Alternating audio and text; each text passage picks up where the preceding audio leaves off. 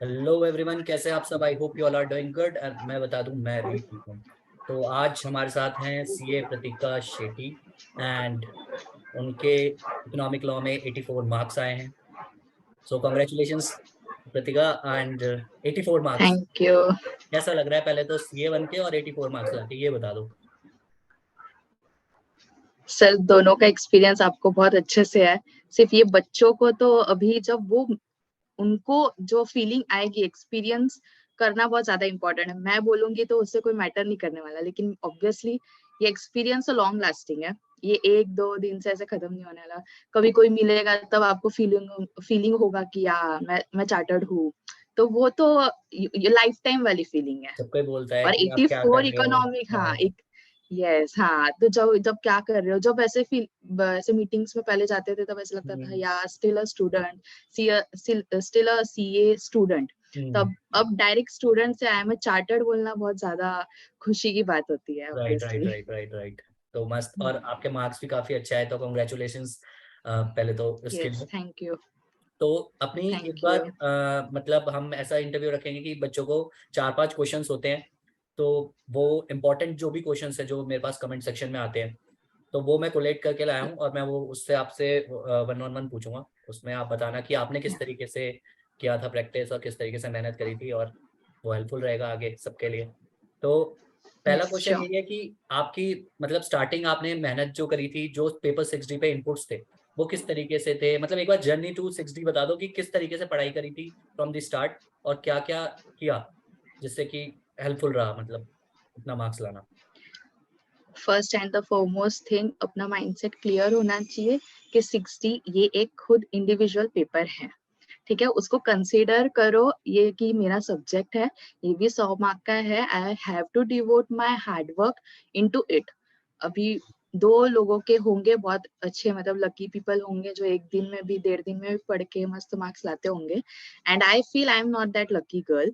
And I always believe in hard work. So from the first day itself मैंने इसको as a open book समझा था, लेकिन as a benefit. लेकिन I had already started working on it. मुझे पता था कि मुझे इस पे काम करना है, और बिना कुछ काम किए मुझे रिजल्ट्स कभी नहीं मिलने वाले। सो मेरा फर्स्ट अटेम्प्ट मैंने ग्रुप 2 का सिर्फ ग्रुप 2 दिया था मई में। एंड मैंने तभी भी उसको 3 बार रिवीजन रखा था और 1 बार मैंने पढ़ा था। ओके। ठीक है, एंड ऑब्वियसली मैंने आपके यूट्यूब वीडियोस देखे थे तभी। ऐसे ही स्क्रॉल, तभी ऐसा था कि स्क्रॉल करते करते, और I always have been doing self study from YouTube only, मतलब whole my CA journey itself. तो तभी मेरे को आपका वीडियो ही मिला था। तो कैसे तो मतलब ऐसे गॉड्स ग्रेस बोलते हैं ना कि हाँ, कि मिलते जा रहा था जो चाहिए था। I have already, if I have any question कि ये कैसा होगा, तो पता नहीं वो मिल जाता था।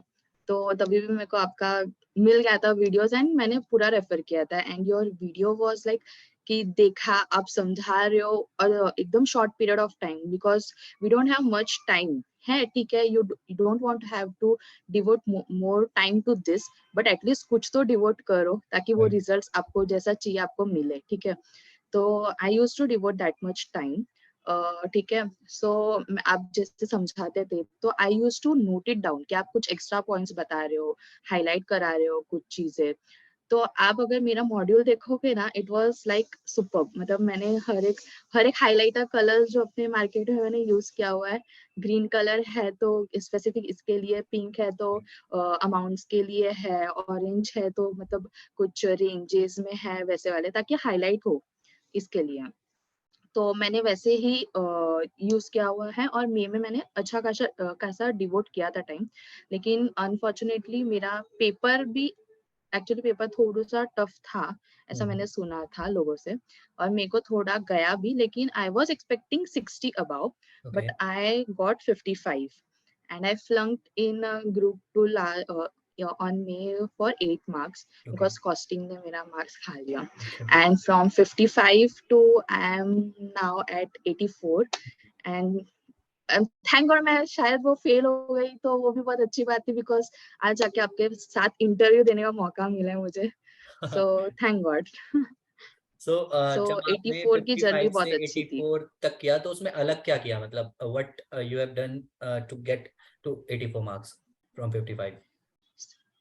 फर्स्ट ऑफ ऑल मेरा जब मैंने रिजल्ट देखा तो आई वाज नॉट एक्सपेक्टिंग, मैंने जैसे बोला कि मेरे को 60 अबाउट तो चाहिए ही था, बट मैंने मेरे माइंड में वही चल रहा था कि एक तो ना मैं पहले ही बहुत पहले ऐसे सोच के रखी थी कि दिस इज ट्रू, कि मेरे को, मैं आपका वीडियोस देखती थी जब आप दूसरों से ऐसे इंटरव्यू लेते थे, मेरे को ऐसा था कि यार ऐसे 60 लाके कुछ मतलब तो है नहीं, लाना है तो ऐसा लाओ कि इंटरव्यू हो जाए आपके साथ बस। तो मेरा ऐसा एम तो था कि 80 अबाउ 85 तो चाहिए ही था मेरे को तब बीमे के टाइम में, बट आई डिडंट गॉट। तो वो जब जैसे जैसे अपना एक्सपेक्टेशन चलता है, लेकिन वो पढ़ाई वो सब होते होते अपना ना प्रायोरिटी एकदम थोड़ा कम हो जाता है, चलो अभी 40 आ जाए ऐसा रहता है। तो मेरा 60 था, लेकिन ऐसा हुआ कि मैं सोच रही थी यार इतना कम नहीं आ सकता, क्यों आया। तो ऑब्वियसली आरटीआई से पेपर मंगाया, फिर I then got to my mistakes कि ऐसा था कि हम पूरा रिलाय कर देते यार same to same case study आ गया, ठीक है। पहले तो ऐसे माइंडसेट था कि यार केस स्टडी आ गया सेम टू सेम छाप दो, but copy this paste is करो। रियली नॉट, बिल्कुल भी नहीं, बिल्कुल नहीं करना ये कॉपी पेस्ट। मैंने कॉपी पेस्ट किया है, आप मानोगे नहीं, जो मैंने कॉपी पेस्ट वाला किया हुआ है उसमें मेरे को कम मार्क्स आए, जबकि मैंने जो अपने आप से राइट, केस स्टडी सॉल्व किए ना उसमें मेरे को मार्क्स बहुत अच्छे आए हैं। ये मैंने तो जिनका वो भी चीज इंटरव्यू मैंने, लिया तो ये पैटर्न कॉमन है कि अपने इनपुट्स होने चाहिए to make them know that you know the answers, you have just not copied yes and yes pasted it, right? So yes, this is common, definitely मतलब डेफिनेटली। बहुत बच्चों को मार्क्स मिले हैं कॉपी पेस्ट करके, no doubt, but majority of the students जिनसे भी मेरी बात हुई है उन्होंने अपने इनपुट्स दिए हैं, या तो केस लॉज मेंशन किए हैं या आंसर लिखने का तरीका चेंज किया है, बट नॉट द सेम एक 1 to 1 लेके और कॉपी करके पेस्ट कर दिया।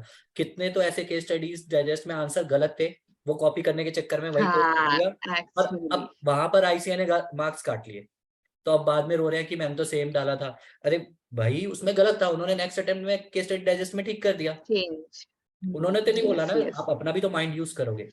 So this is the common actually mistake हाँ, एवरीवन इज यस डूइंग, वही राइट? गेम होता है ना कि वो खुद भी वो चीज टेस्ट कर रहा है, इसे है कि तुम छाप तो नहीं रही हो ना कहीं, तो वो गेम खेल लेते हैं कॉन्सेप्चुअल कि यार अंडरस्टैंडिंग है या चेंज ला नहीं है इस लिया टॉपिक आंसर। की, हाँ हाँ, राइट? तो वो चेंज मैंने खुद ने लाया।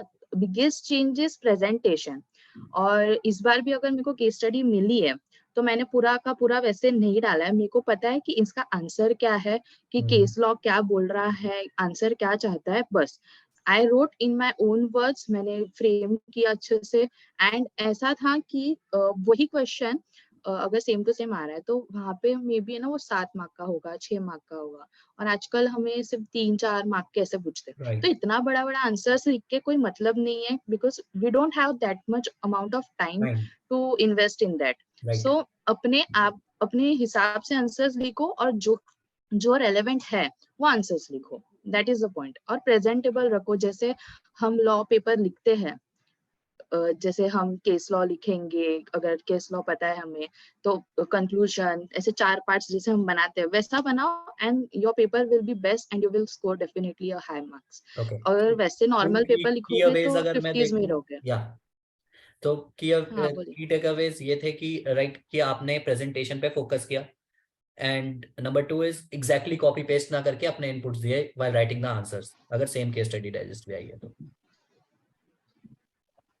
Yes yes yes, and time पे ध्यान देना बहुत ज्यादा जरूरी है, बिल्कुल ऐसा। राइट, मतलब मैंने तो लास्ट टाइम मेरा छूट गया था थोड़ा बहुत, इस बार मैंने ऐसे एम रखा था कि 45 मिनट्स ईच केस लॉ पे ध्यान देना, बस 45 मिनट्स टारगेट है, क्योंकि वो ऐसे भटकते भटकते 1 घंटे पे चला ही जाता है, फिर भी अपना एम तो रहना चाहिए कि 45 मिनट्स तो रखना ही चाहिए। Like first 15 minutes is the game changer, मैंने अपनी एक वीडियो भी डाली थी जिसमें यस, मैंने बताया था how to utilize that 15 minutes, बहुत बच्चों ने उसको या देख के वो वाला किया था और उसकी वजह से पेपर पूरे हुए थे, तो वो एक इम्पॉर्टेंट है। तो थैंक यू सो मच, इसका यस, तो आपने जवाब दिया कि क्या चेंज किया आपने।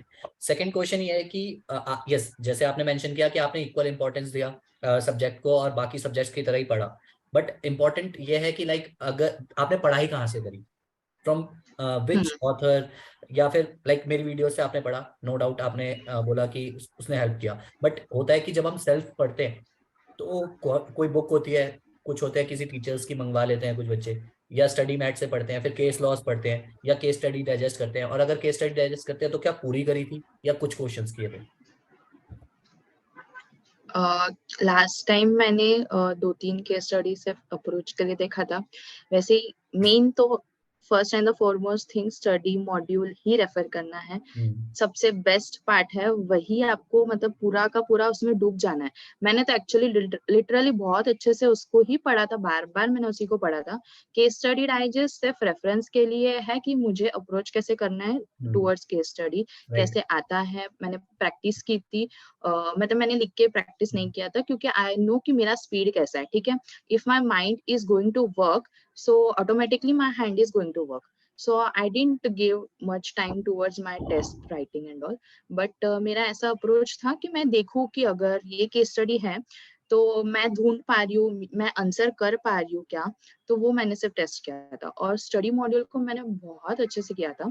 मैंने काफी दफा मैंने उसको रीड किया था। आपके जब मैं बोर हो जाती थी तब मैं जाके रिटर्न यूट्यूब लेक्चर्स देखती थी आपके, लेकिन मेरा ऐसा कंसर्न नहीं था कि बार बार यूट्यूब, क्योंकि मेरे लिए हमेशा self self study study he is the बहुत की, इंपॉर्टेंट राइट। रहा है। यस, राइट, क्योंकि जितने बार मैं अपने आप को समझाऊंगी, जितने बार मैं खुद वो चीज को देखूंगी, तब परफेक्ट। जाके मुझे वो रिकलेक्ट होगा। तो मेरा अप्रोच हमेशा हमेशा से वही रहा है। तो स्टडी मॉड्यूल को ही हाईलाइट करो तुम, उसके लिए इंडेक्स बहुत अच्छे से प्रिपेयर करो। हालांकि मैंने सानिध्य सर का केस स्टडी बेस लिया, इंडेक्स बेस लिया था, यस, लेकिन मैंने उसको भी बहुत अच्छे से गो थ्रू किया था, अलग राइट। से मैंने बनाया फिर ऐसा। क्योंकि मेरे पास इतना टाइम नहीं था कि मैं अपने आप से और अलग से बनाऊं, लेकिन मैंने फिर उसको भी पिंक कलर से हाईलाइट किया, ऑरेंज कलर से हाईलाइट किया।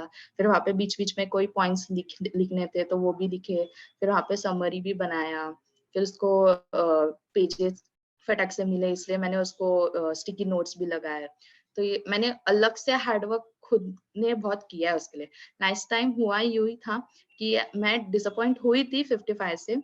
तो मेरे को ऐसा था कि मैंने बहुत मेहनत की थी, कि मैंने स्टिकी नोट्स लगाया है, मैंने अलग से इतना अच्छा इंडेक्स बनाया है, स्टडी मॉड्यूल भी इतना अच्छे से किया था। तो आई टोल्ड माय फ्रेंड कि यार मेरे को सेटिस्फेक्शन नहीं लगा कि मैंने इतनी मेहनत की थी।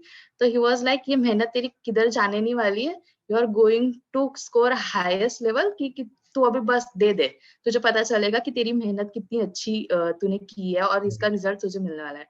So that words turned true for me, ऐसा या, कि मेहनत तो कभी वेस्ट नहीं जाती है। बेसिकली इंडेक्स के बारे में भी पता होना चाहिए। अगर आप किसी की कॉपी करके ले भी रहे हो, इंडेक्स किसी का भी उठा रहे हो, तो ऐसा नहीं है कि आप एग्जाम वाले दिन उसको देख रहे हो, आपको पहले से उसको गो थ्रू करना होगा टू मेक श्योर आपको पता हो कि भाई इंडेक्स में कहाँ क्या है। पता चले वहां इंडेक्स का भी नहीं पता यस। तो पेज नंबर्स का क्या ही आइडिया रहेगा। तो दैट इज इम्पोर्टेंट, राइट, कि इंडेक्स के बारे में भी आपको पता होना चाहिए। केस लॉज आपने मेंशन किया कि आपने देखे थे, और केस स्टडी टेस्ट, राइट। सो अब इम्पोर्टेंट यह है कि जब सब सारे बच्चे ये कर रहे हैं चीजें, तो आपने इस बार प्रेजेंटेशन में सुधारा, तो पैटर्न क्या था लिखने का आंसर्स, मतलब पहले आप किस तरीके से आप बता सकते हो, मतलब कि किस तरीके से आपने आंसर्स को लिखा है, प्रेजेंट किया है इन योर आंसर शीट। हाँ, the thing we always follow the 4 paras, कि गिवन केस स्टडी क्या बोल रहा है, राइट। फिर केस लॉ क्या बताता है, फिर हम उसको कनेक्ट करते हैं एक दूसरे से, and then we draw conclusion. So हमारा अप्रोच हमेशा यही रहना चाहिए, ठीक है। तो that will give you a good score.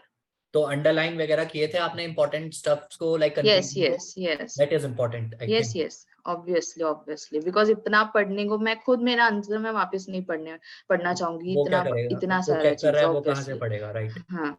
They are also searching yes for the yes, तो keywords, right. Definitely. Perfect. So सबसे इम्पोर्टेंट कीवर्ड्स। क्वेश्चन जो हमसे पूछते हैं बच्चे या स्टूडेंट्स एग्जाम, और हमें डाउट भी रहता है कि मैं मटेरियल क्या लेके जाऊं to the examination hmm centre. मैं देखता हूँ कई लोग हम्म बोरे में भर के लेके आ रहे हैं, बुक्स उठा के ला रहे हैं, और इतनी सारी किताबें और फैला दी रखती है वहां पे। तो क्या मतलब क्या लेके गए थे, क्या 84 मार्क्स लाने के लिए कितनी बुक्स लेके जानी पड़ती है? नहीं, मैं पूरा नहीं लेके गई थी कुछ। स्टडी मॉड्यूल ऑब्वियसली मेरा की था, उसके साथ मेरा इंडेक्स था सानिध्य सराफ का। And one more important thing मेरे लिए था केस लॉ समरी। मैंने उसको 3 दफा किया था अच्छे से, आपके यूट्यूब से वीडियोस से।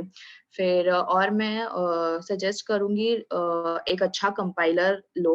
और मैंने रोहित चीपर सर हैं तो उनका कंपाइलर यूज किया था। ओके। तो ताकि तुम्हें अगर केस लॉ अगर देखना भी है तो तुम्हें quick, you can refer it. Okay. और मेरा लेकिन अप्रोच तो वही था कि मेरे को अपने आप से लिखना है, भले मिल रहा है, अगर मेरे को आंसर्स नहीं आ रहे तो आई कैन रेफर इट। एक तो चीज वो होती है ना सर, कि आपको आंसर्स पता होने चाहिए, this will save your time. Right मतलब ये सिर्फ रेफरेंस के लिए है ओपन बुक, ऐसा नहीं कि तुम्हें देखना है वहीं से ऐसा ऐसा ऐसा लिखना है, परफेक्ट ऐसा नहीं है। ये चीज है कि तुम्हें खुद को पता होनी चाहिए ताकि आपका टाइम बचे। और मेरा एक्चुअली ऐसा हो गया था कि मेरा 100 पेपर मार्क्स का मेरा हो गया था पेपर इस बार, और मैं बहुत कॉन्फिडेंट थी। घर पे आके मैंने यही बोला कि मेरा बस चले तो मेरे को मतलब 99 ऐसा आ जाए, एमसीक्यू किधर गया गया थोड़ा डाउटफुल है, लेकिन मेरा पेपर बहुत अच्छा गया था। तो ऐसा बचपन में इंग्लिश पेपर में कैसे मार्क्स कटते थे, तो राइट वैसे राइट ही राइट इसमें भी राइट। कट जाएंगे बस, ऐसा उम्मीद तो बहुत था। तो आ गए मार्क्स तो अच्छा है आपके। तो यस, तो वही सर, इतनी सारी चीज में।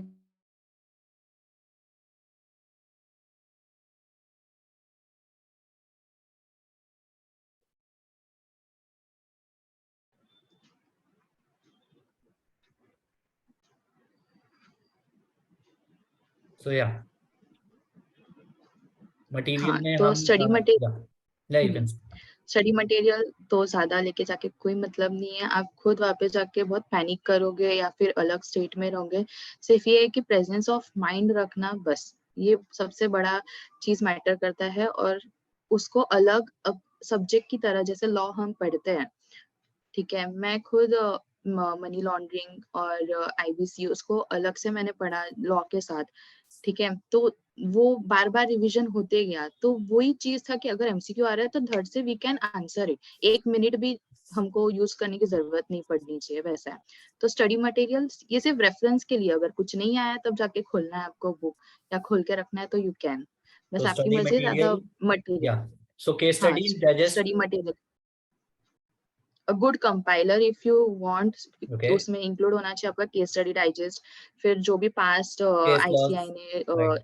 इशू किए हैं वो सब, फिर जो आपके एमटीपीस के हैं सजेस्टेड आंसर्स वाले क्वेश्चंस जो भी है, तो you can carry that, okay. बस। सो बेसिकली एंड केस अगर लॉ आपके पास समरी बहुत कंपाइलर अच्छी है। बात है एक्चुअली, हाँ, केस लॉ समरी एक्चुअली मेरे लिए तो बहुत बेनिफिशियल रही है, तो स्किप ना की करे तो बहुत अच्छी बात है एक्चुअली। राइट। तो बेसिकली अगर आपके पास case study digest case laws और स्टडी मटेरियल है और तो आप अपना काम कर सकते हो अच्छे से, भले ही। और पास्ट पेपर्स ले जाना ना ले जाना वो आपकी चॉइस है, वो ले जा सकते हो, आपकी मर्जी है। मतलब जिस तरीके से आपने जो पढ़ा है उसे ले जाओ, और लेकिन ऐसा भी ना हो कि सब कुछ ही लेके चले गए। कंसाइज मटेरियल होना चाहिए जिससे कि वहां आप सिर्फ मटेरियल में खोके ना रह जाओ।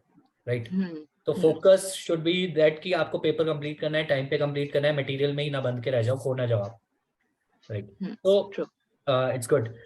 1.5 डे में आपने किस तरीके से पढ़ाई करी थी वो बता दो एक बारी, कि हमें डीटी पे जाना चाहिए क्या, और अगर जाना चाहिए तो फिर किस तरीके से मैनेज करना है, या फिर जाना ही नहीं चाहिए, मतलब जैसा भी, मतलब कैसे आपने 1.5 डे में पढ़ाई करी थी।